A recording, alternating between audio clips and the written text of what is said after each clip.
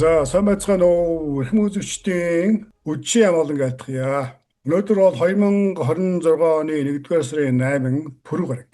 За ажлын дараагаар энэхүү товч мэдээний тоомыг та бүхэнтэй хуваалцаж байна.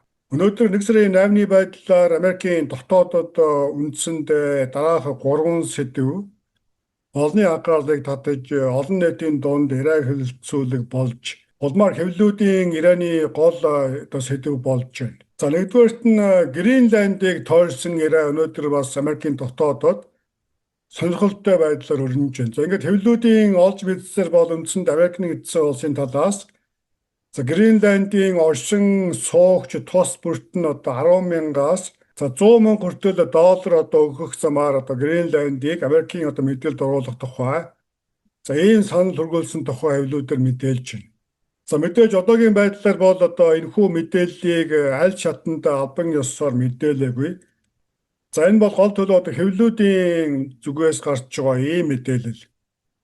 За харин батлагдж байгаа мэдээ бол Associated Press-ийн мэдээлснээс үзэхэд Трампын зөвлөх нар өнөөдөр цагаан ордонд дайны төлөөлөгчтэй уулзаж Гренландын талаар ярилцсан гэдэг ийм мэдээлэл байна. За тиймээс энэхүү уулзалтын үед юу яригдсан магадгүй дээрх төлбөрийн асуудлыг ярьсан хэсэг нь тодорхой бос байна. За ингээд ямар ч тач дээгүүр төвшөнд бол үндсэндээ Гренландыг бол цэргийн хүчээр бус харин санхүүгийн байдлаар хөдөлгөн авах хөлбөрийг баримтална гэсэн ийм мэдээлэл байна.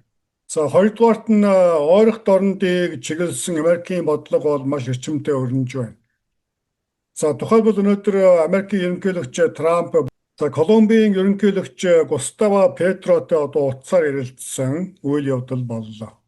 За Америкийн тал бол үндсэндээ Венесуэлтэй адил зарчмаар Колумбустай харьцаж байна. Өөрөөр хэлбэл Колумбустай хилцээр хийхгүй харин Америкийн нэгдсэн улсын нөхцлүүдийг тулгах гэсэн ийм зарчмаар харьцаж байгааг нь ойлгомжтой байна. За Америкийн тал бол үндсэндээ Колумбусыг Америкийн нэгдсэн улс руу их хэмжээний хард тамхи мансруулах, бодис тээвэрлэх, дамжуулах гол экосфер болж байгаа гэдэг. Тиймээс үүнийг таслан зогсоох шаардлага тавьж байна. За хоёрдугаарт нь Колумбусын Америкийн нэгдсэн улсад хууль бусаар оршин сууж байгаа улмаар баригдсан иргэдээ уг дуугүй хүлээн авах гэсэн ийм нөхцлүүдийг тавьж уулзлаа. За Колумб зэрэг Латин Америкийн Өмнөд Америкийн орнуудын хувьд Венесуэлтэй адил ийм хувь заяа хүлээж байгаа. За ингээд Америкийн нэгдсэн улсын ашиг сонирхол зөрчигдсөн нөхцөлд Америкийн үгэн дураагүй нөхцөлд Америк хүч хэрэглэх боломж байнга нээлттэй байгаа гэдэг нь тодорхой байна. За ийхүү ямар ч тач Америкийн нэгдсэн улс бол Америк твийг ерөнхийдөө хяналтанд авах хүч хяналтаа тогтоох энэ бодлого руу иргэд буцалтгүй орсон гэдэг нь ийхүү тодорхой. За энэ хооронд Америкийн тусгай хүчин бол үндсэндээ Ираны зүг, Иракийн хил ойролцоо төвлөрч байгаа тухай мэдээ олонний анхаарлыг татаж байна. За тухайлбал Мадурог баривчлахад оролцсон тусгай хүчин яг тэр чигээрээ Иран улсын ойролцоо очиж байгаа тухай мэдээлж байна. За Америкийн томоохон тээвэрлэгч цэргийн онгоцууд бол Их Британаар дамжиж ойрох дорнодыг чиглэж байгаа тухай. За эдгээр нь бол Night Stalkers гэх тусгай нисдэг тэрэг очиж тээвэрлж байгаа гэх ийм мэдээлэл байна. За тусгай цэргийн хүчин болох Дельта баг бол үндсэндээ Иран улсын ойролцоо очсон гэдэг ийм мэдээлэл байгаа. За эдгээр цэргийн тусгай хүчин бол Иракийн хил дагуу байрлаж байгаа тухай. За ингээд эдгээр нь гол төлөө Иран улсад Израилийн явуулж магадгүй байгаа цэргийн ажлыг дэмжих. Магадгүй Иран улс руу орох. За ингээд бас нэг зорилт бол үндсэндээ Сирь болон Йордан улсуудад байршиж байгаа. За Ираны санхүүжилттэй үйл ажиллагаа явуулдаг цэргийн бүлэглүүдийг олж устгах гэсэн ийм ерөнхий таамаг хийж байна. За ямар ч тач их ойрох дорнодод Америкийн тусгай хүчин томоохон операц явуулахаар бэлдэж байгааг нотлох бас нэг баримт бол Америкийн болон Их Британий агаарт онгоц цэнэглэгч танкерууд мөн энэ бүс рүү нисэж байгаа тухай хэвлэлүүдээр бол мэдээлж байна. За мөн эдгээрийг батлах бас нэг мэдээ бол Америкийн тусгай тагнуулын удирдах төв CENTCOM За командын төв бол үндсэндээ одоо Бахрайн хотод хүрэлцэн очсон тухай мэдээлж байгаа. За эдгээрийг бол ямар ч тач Иран улс руу одоо Америкийн нэгдсэн улс ороход одоо үндсэндээ бэлэн болсон гэдэг ийм таамаг хийж байна. За ингэж таамаглах шалтгаан бол одоо Америкийн нэгдсэн улсын зүгээс сануулж байсан та хүн одоо хэрвээ санаж байгаа бол Иранд жагсаж байгаа хүмүүс рүү одоо гал нээсэн нөхцөлд Америкийн нэгдсэн улс одоо ороход бэлэн гэдэг ийм сүрдүүлэг өгсөн байдаг. За тэгвэл өнөөдрийн байдлаар Иран улсад одоо тэмцэлд оролцож байсан нийтдээ 35 орчим хүн за эрх баригчдын одоо илгээсэн одоо цагдаа цэргийн суманд орогдож амир үдсэн гэдэг ийм мэдээлэл явж байна. За тиймээс Америкийн нэгдсэн улсад үндсэндээ одоо Ираны тал Америкийн тавьсан шаардлага биелүүлээгүй. Улмаар энгийн одоо жагсаж байсан иргэдийг одоо алж сүйтгэсэн одоо шалтгаанаар Иран улсад одоо операц явуулахад бэлэн болсон гэдэг ийм таамаг бол хэвлүүдээр давмгай явж байна. За ингээд ямар ч тач ойролт орнуудад Америкийн тусгай хүчин одоо ямар үйл ажиллагаа явуулахыг ажиглах үлдэж байна. За үүнтэй холбоотой өнөөдөр бас нэгэн сонирхолтой үйл явдал Конгрессийн төвшөнд болж өнгөрлөө. За Конгрессийн дээд танхим болох Сенатын танхимд Америкийн ерөнхийлөгчийн одоо Венесуэл улсад явуулах цэргийн одоо эрх мэдлийг одоо хязгаарлах хуулийн төслийг Сенатын танхимын одоо олонх дэмжсэн үйл явдал болж байна. За энэ хуулийг хэлэлцэх одоо санал хураалтан дээр бол одоо 47-52 гэсэн одоо харьцаагаар дэмжигдсэн. За ингээд үүн дээр бол одоо Буднайн дахь намын одоо 5 гишүүн арчилсан намтай одоо нэгдэж санал өгсөн гэдэг мэдээ байна. За тиймээс Венесуэл улсад дахин одоо цэргийн ажиллагаа явуулах ерөнхийлөгчийн эрхийг одоо хязгааруулсан хуулийг ийхүү Сенатын дээд танхим одоо дэмжиж магадгүй мэдээ байгаа. За ингээд ямар ч тач энэ бол одоо баш бага саналаар батлагдж байгаа. За ингээд Сенатын танхим баталсан нөхцөлд энэхүү хуулийн төсөл одоо доод танхим за хаост батлагдах одоо магадлал том бага байгаа. За ингээд магадгүй хоёр танхимд батлагдсан ч гэсэн одоо ерөнхийлөгч Трамп энэхүү хуульд одоо шууд хориг тавина гэдэг нь маш ойлгомжтой байгаа.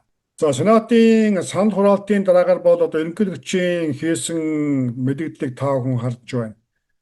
За эдгээр арчилсан намтай нийлсэн одоо 5 GOP гишүүдийг одоо дайрч давшилсан.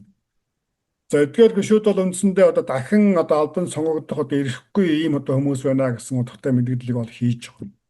За тиймээс энэхүү хуулийн төсөл одоо Сенатын хоёр танхимд үнэлэхий олонхоор буюу за 3-ны одоо 2-оос доошгүй саналаар батлагдаагүй нөхцөлд хууль болох ямар ч боломжгүй гэдэг нь за ерөнхийлөгчийн одоо хэлж байгааг үнээс маш тодорхой байна.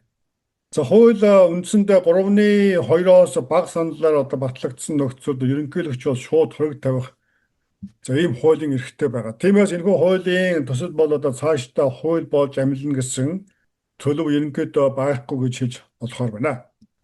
За Сенатын танхим ийхүү одоо санал хурааж хуулийн төсөл одоо хэлэлцэх болсон шалтгаан бол за Трампын хувьд хэрвээ Венесуэл улс одоо Америкийн тавьсан саналыг одоо биелүүлээгүй нөхцөлд за түрүү явуулсан цэргийн ажиллагаанаас илүү одоо өргөн далайцтай өргөн цар хүрээний ажиллагаа явуулна гэдгийг бол амласан байна.